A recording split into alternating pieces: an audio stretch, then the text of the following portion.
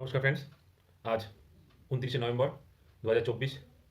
Market previous ক্লোজের একটু ওপরে খোলে এবং খোলার পরে মার্কেট নিফটি 50 216 পয়েন্ট পজিটিভে বন্ধ হয়। আজকের নিফটি 50-র ক্যান্ডেলটা যদি দেখা যায় তবে দেখা যাবে যে মার্কেট আমি কালকে যে সাপোর্ট আর রেজিস্ট্যান্সগুলো দিয়েছিলাম সেই সাপোর্ট আর রেজিস্ট্যান্সে কিন্তু মার্কেট কিছু সময়ের জন্য কিন্তু মার্কেট ওবে করে তারপরে কিন্তু যে কোনো একদিকে মুভমেন্ট করেছে। তার মানে সাপোর্ট এবং রেজিস্ট্যান্সগুলো কিন্তু মার্কেট মেনে চলছে। তাহলে সাপোর্ট আর রেজিস্ট্যান্সগুলো কিছুক্ষণের জন্য মেনে যাওয়ার মানে হলো মার্কেট যদি রেজিস্ট্যান্স মেনে চলে তার মানে মার্কেট ওখানে কিন্তু কিছুক্ষণের জন্য রেজিস্ট্যান্স পেয়ে তারপরে কিন্তু আবার সেই রেজিস্ট্যান্সকে ভেঙে দিচ্ছে। তাহলে যারা অপশান খেলে তাদের ক্ষেত্রে যে আমি সাপোর্ট আর রেজিস্ট্যান্সগুলো দিই সেই সাপোর্ট আর রেজিস্ট্যান্সগুলো যদি মেনটেন করে কোনো নিফটি 50 যদি কোনো স্ট্রাইক রেট নিয়ে কল বা পুট নিয়ে রাখা যায় তাহলে কিন্তু সেই সমস্ত সাপোর্ট আর রেজিস্ট্যান্সগুলোকে যদি মেনটেন করে স্টপ লস দিয়ে যদি রাখা যায় তাহলে কিন্তু একটা ভালো প্রফিট দেবে।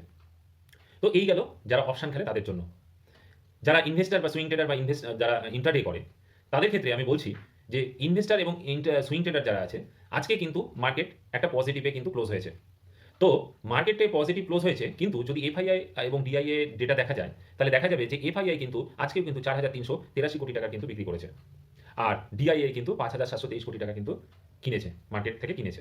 তো আজকে যে 216 পয়েন্ট পজিটিভে নিফটি ফিফটি বন্ধ হয়েছে তার পেছনে কারণই কিন্তু ডিআইআই 5,723 কোটি টাকা, অনেকটা বেশি পরিমাণে কিন্তু ডিআইআই কিন্তু আজকে বাই করেছে। তো যে এফআইআই আছে সেই এফআইআই এর সেলিং কিন্তু কন্টিনিউয়াসলি চলছে। এই যে আপ ডাউন যেটা হচ্ছে সেটা কিন্তু শুধুমাত্র কিন্তু ডিআইএ এর জন্যই কিন্তু হচ্ছে, কারণ আমরা বিগত দিনগুলোতে দেখেছি মাত্র 2 দিন দেখেছি যে ডিআইআই মানে এফআইআই বাই করেছিল কিন্তু তারপরে কিন্তু আবার কিন্তু সেলিং মোডে চলে গেছে। তো এরপরে মার্কেটে কি হবে না হবে সেটা কিন্তু সম্পূর্ণটাই কিন্তু যে ডিসেম্বরে যে আরবিআই এর যে মনিটারি পলিসি আছে সেই আরবিআই মনিটারি পলিসির উপরে কিন্তু সমস্ত কিছু ডিপেন্ড করছে। তো ডিসেম্বরের 5-6 তারিখে যে আরবিআই এর যে মনিটারি পলিসি ডিক্লারেশন আছে সেখানে রেট কাট হবে কি না হবে সেটা কিন্তু এফআইআই কিন্তু দেখার জন্য খুব স্লোলি কিন্তু চলছে। তাহলে স্লোলি চলার মানে এই না যে মার্কেটে কিন্তু মানে এফআইআই এরা কিন্তু সমানে কিন্তু বিক্রি করেই যাচ্ছে। কেনার প্রবণতা তখন বাড়বে যখন আরবিআই যদি রেট কাট করে তাহলেই কিন্তু এফআইআই কিন্তু আবার কিন্তু বাইং মোডে আসবে। তো সমস্ত কিছু বিচার করে যদি আমি দেখি তাহলে আজকে যে ওপেন ইন্টারেস্ট আছে সেই ওপেন ইন্টারেস্টে কিন্তু কল রাইটাররা কিন্তু হাইস্ট ওপেন ইন্টারেস্ট আছে 24,500-তে, আর পুটে আছে হলো 24,000-এ। তাহলে 24,500 থেকে 24,000-এর মধ্যে কিন্তু ওপেন ইন্টারেস্ট হাই আছে। তাহলে এই রেঞ্জের মধ্যে কিন্তু সামনের উইকে কিন্তু এক্সপায়ার হতে পারে। এটা কিন্তু একটা প্রবাবিলিটি জাস্ট, আর কিছুই না, কারণ ওপেন ইন্টারেস্ট এগুলো কিন্তু চেঞ্জ হতে থাকে। তো আজকে শুক্রবার দিন আমি ভেবেছিলাম আজকেও আবার সেলিং হবে, কিন্তু আজকে সেলিং হয়নি, কিন্তু এফআইআই কিন্তু হিউজ অ্যামাউন্টের কিন্তু সেলিং করেছে। আজকে যে পজিটিভ প্লাস 216 পয়েন্ট সেটা কিন্তু সম্পূর্ণটাই কিন্তু ডিআই এর জন্য। আর যদি আমি ইন্ডিয়া ভিক্স দেখি তাহলে ইন্ডিয়া ভিক্স কিন্তু -5% কিন্তু নিচে গিয়ে বন্ধ হয়েছে। এটা কিন্তু একটা ভালো দিক, তার মানে মার্কেটে কিন্তু ভোলাটিলিটিটা একটু হলেও কমবে। তো ডিসেম্বর মাস শুরু হওয়ার সঙ্গে সঙ্গে আমরা জানি যে বিভিন্ন কোম্পানিগুলো তারা কিন্তু তাদের কিন্তু রেজাল্ট ডিক্লেয়ার করা শুরু করবে। তো সবার প্রথমে আমরা জানি যে আইটি স্টকগুলো হলো তাদের রেজাল্টগুলো ডিক্লেয়ার করে।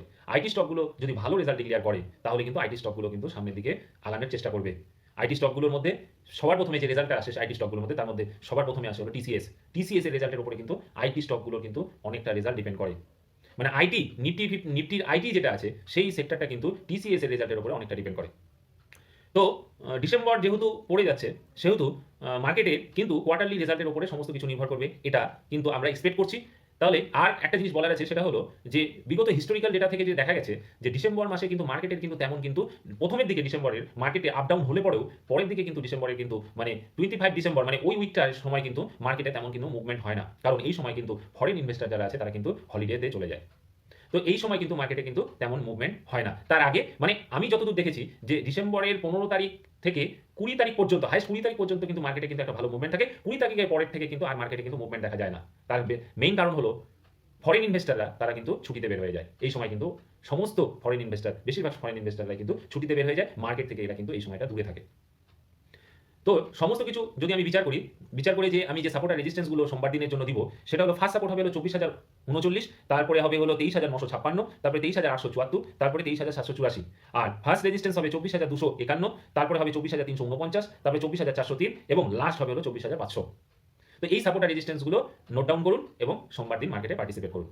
আরেকটা ইম্পর্টেন্ট কথা আছে, সেটা হলো আমি এই শনিবারেও কিন্তু প্রত্যেক শনিবারের মতো এই শনিবারেও কিন্তু একটা স্টক দিব, যার স্টককে অ্যানালিসিস করব এবং তার ফান্ডামেন্টাল এবং টেকনিক্যাল সব অ্যানালিসিস করে তার সেই স্টক নেওয়া যেতে পারে কি না সেটা বলবো, এবং নিলে পরে কোন কোন পয়েন্টে নেওয়া যেতে পারে সেগুলো কিন্তু আমি স্যাটারডে যে স্টকটা আমি বলি সেটাতে কিন্তু আমি বলবো। তো এই স্টকগুলোর যে নেওয়ার যে এসআইপি করার যে রেঞ্জগুলো বলি, এগুলো কিন্তু আপনারা নোট ডাউন করে রাখুন। কারণ একটা স্টক নেওয়ার পরে এই যে সাপোর্ট মানে যে এসআইপি পয়েন্টগুলো আমি যে বলি সেগুলো কিন্তু আপনারা কিন্তু ভুলে যাবেন, কারণ ভিডিওটা যদি চলে যায় তাহলে কিন্তু আর মনে থাকবে না। তাই স্যাটারডেতে কোনো ভিডিও দিলে পরে সেই ভিডিও স্টকটা কেনার যে এসআইপি পয়েন্টগুলো আমি বলি, যে রেঞ্জে পরে ফার্দার কেনার কথা বলি, সেগুলো খাতায় লিখে রাখুন। তাহলে কিন্তু সমস্ত কিছু কিন্তু মনে থাকবে, নাহলে কিন্তু ভুলে যাবে। তা যাই হোক, আমার ভিডিও যদি আপনাদের ভালো লাগে তাহলে সাবস্ক্রাইব করুন, লাইক করুন এবং শেয়ার করুন। তাহলে আমি নতুন নতুন কিন্তু আরও ভিডিও আপনাদের সামনে নিয়ে আসতে উৎসাহিত হব, এবং তাতে আপনাদেরও সুবিধা হবে এবং আমাদেরও সুবিধা হবে। কোনো যদি কমেন্টস থাকে নিচে কমেন্ট বক্সে কমেন্টস করুন, কোনো প্রশ্ন থাকলে পরে নিচে প্রশ্ন করুন, আমি সঠিক সময়ে উত্তর দেওয়ার চেষ্টা করব এবং উত্তর দিব। সেটা দেরি হতে পারে কিন্তু উত্তর দেব। নমস্কার, ভালো থাকুন, সুস্থ থাকুন।